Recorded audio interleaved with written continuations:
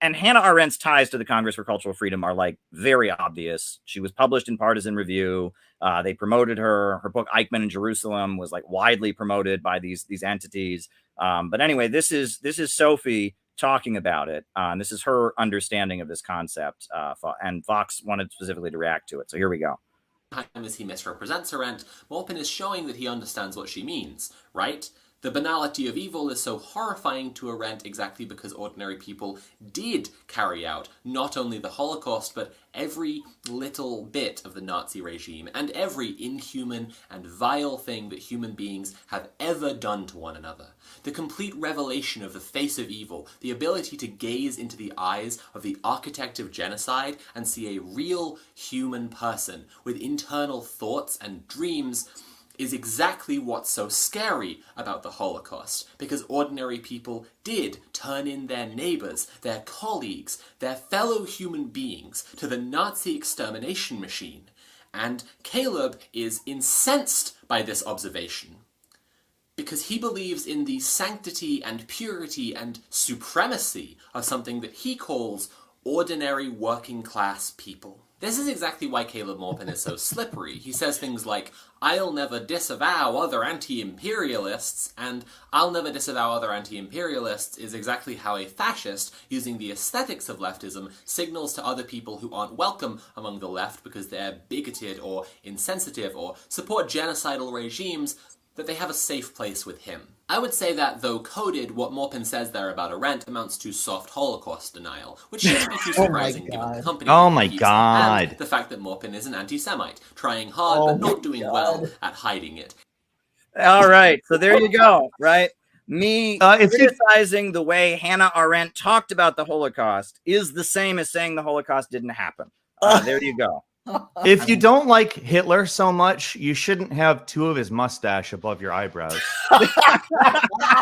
Oh my God. Why are you replicating his mustache above your eyes? Oh wow.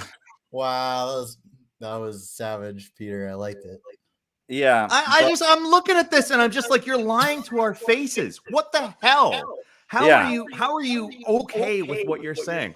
How are you reading things and going, all right, well, I'm going to put this together this way. I'm going to say that criticizing Hannah Arendt is denying the Holocaust. I'm going to say that framing this a certain way to criticize that is to say that the Holocaust didn't happen. When in fact, like, I'm sorry, but everybody present right now has said more about the actual Nazis in the world right now than any of these people who have, by the way, defended them. I'm referring, of course, to the officially integrated neo-Nazi battalions in the Ukraine National Guard. Like, that is absolutely disgusting what she said there. That pisses me the hell off. Well, it's so funny because the ordinary people thing, right? Is that this is like the crux of like where leftism was switched, right? From the CIA literally used these intellectuals to sort of turn leftism against ordinary people. And that is like the legacy of Hannah Arendt. And that is why George Soros loves Hannah Arendt. So like Bard College is like within 5 miles of my house. I've lived there. I've lived within 5 miles of Bard College for, 15 years now. I call it a douchebag factory because it just pushes out like the worst, like ultra woke leftist types. But anyways, so Hannah Arendt is like, George Soros loves Hannah Arendt. They have like a whole Hannah Arendt center at Bard. He has given them like $500 million. And she's literally buried there. Hannah Arendt is literally buried there. And she, like Caleb, you've brought up this book many times, how she used this book to sort of equate communism with fascism by saying it's the this is like the idea is like it's the tyranny of the masses. But as communists, this is what we love the people. That is like what defines us, is that our love of the people, and that the people know what's best.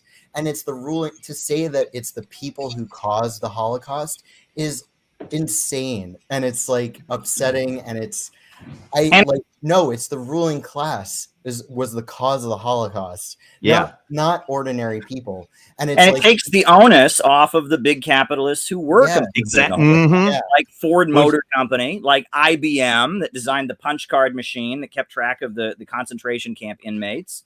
Right. I mean, all kinds Hugo Boss, who designed their fucking uniforms. Oh my God. I God. mean, it's like there's many wealthy capitalist corporations that are involved in the Holocaust. But Sophie says we can't talk about them, but we should just focus on how deep down average ordinary people are all Nazis.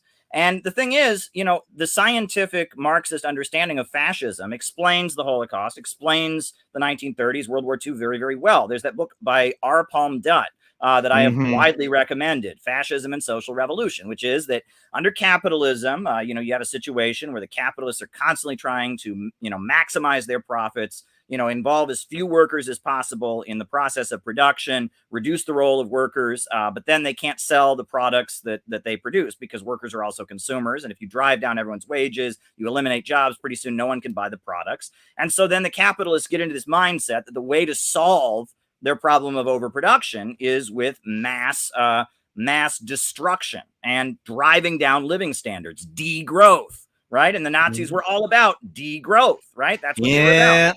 You know, and that the Nazis started talking about useless eaters. And the first people they exterminated were disabled people because they said, oh, they're a waste. They're eating too much. They're consuming too much. That, you know, we need to reduce consumption. And the more that you look into the actual mindset of fascism, you can find the degrowth narratives. You can find the sick admiration for like primitive, you know, paganism and trying to go back to, you know, back to nature and back to times before technology. All the stuff that these synthetic left people believe that is not left wing or progressive in any way, but is part of their weird counterculture, hippie, apocalypse fantasy or whatever, is very Nazi. Right. And it all fits the economics that those of us who understand historical and dialectical materialism can understand. And Hannah Arendt was specifically subsidized by the Congress for Cultural Freedom because she made it about how just deep down human beings are evil and need to be managed and controlled, because if they get together and start fighting for their rights and rallying around popular leaders, no matter who that popular leader is, no matter what they say, it's always the same as the Nazis. And that is a toxic narrative. And I will call that out. And how in the world is calling out that narrative that blames the Holocaust on the working class and takes the onus off of the big capitalists? How is that denying the Holocaust? I mean, this is ridiculous, you know, but that's how they operate. Well, I mean, look at how they frame regular people. The way regular people are even brought into the conversation here is that they turned in Jews during the Holocaust. It's not like the whole construction of how this was even said was just engineered in such a way where the mere mention of regular people is meant to cause disgust in the audience. And I think that is it's obvious, but at the same time, like, to this audience who is trained to sort of enjoy this content, they're like, that's right, anyone can put anyone into jail, and that's bad. They all hate everyone. They secretly have hate in their hearts, all regular people. It's just like, no, this is not how people are. People want what's best for both themselves, their family, the people around them, their neighborhood. They don't hate by nature. The thing that people hate is just not being able to get by. And as we said a few minutes ago, when we talked about how the right often notices that something is wrong and supplies a narrative that feeds people into various, I mean, in some cases, you can even go full on and say the Nazis did this. They supplied a narrative that was genocidal.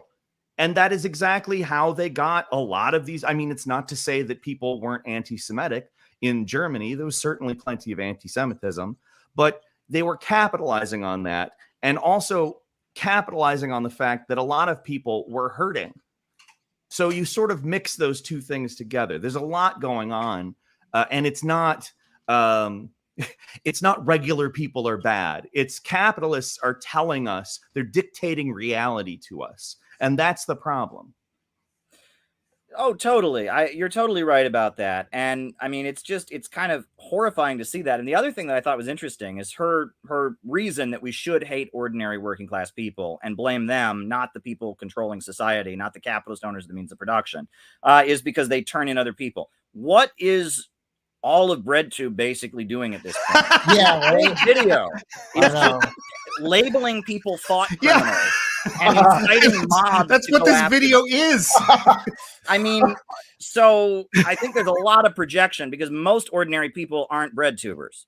Just saying. I mean, certainly it's not on the level of turning in Jews to Nazis. Yeah, but like the dynamic is similar here in terms of not necessarily breadth, but mechanically what they're doing. They're just pointing at people to call bad and to show themselves as good. And that's, I mean, at its core, exactly what was going on in Germany as well at the time.